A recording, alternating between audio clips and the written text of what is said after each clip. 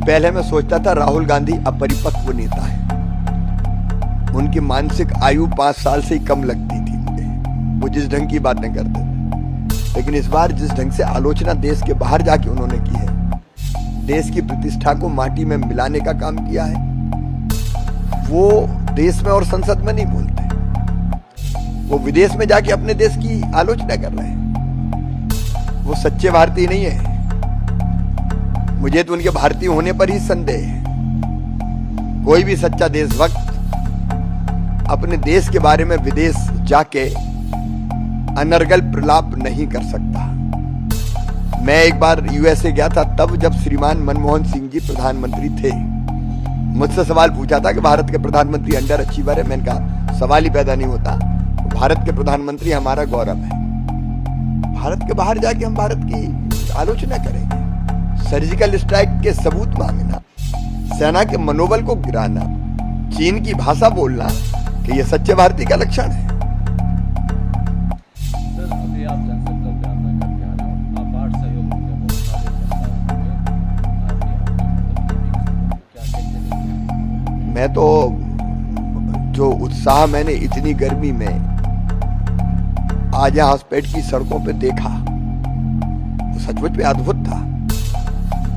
उमस में, गर्मी में, पसीने से भीगते हुए, लेकिन आंखों में विश्वास की चमक, दिल में भाजपा को जिताने का जिद, जुनून और जज्बा, और मोदी जी के प्रति प्रेम, मोदी मोदी के नारों में स्पष्ट रूप से सब जगह झलक रहा था। और मैं आज पूरे विश्वास के साथ कह सकता हूं कि जो जन समर्थन विजय संकल्प यात्रा को हम मिला है, कर्नाटक में फिर भारी बहुमत से भारतीय जनता पार्टी की सरकार बनेगी।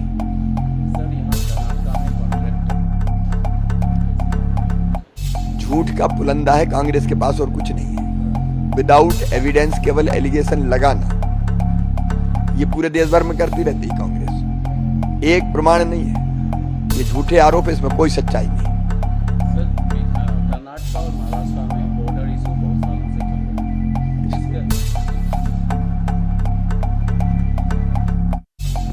राहुल गांधी यहाँ पे भारत जोड़ो यात्रा निकालते हैं पूरे देश में, और बाहर जाके भारत जोड़ो यात्रा, क्या बोलना चाहिए?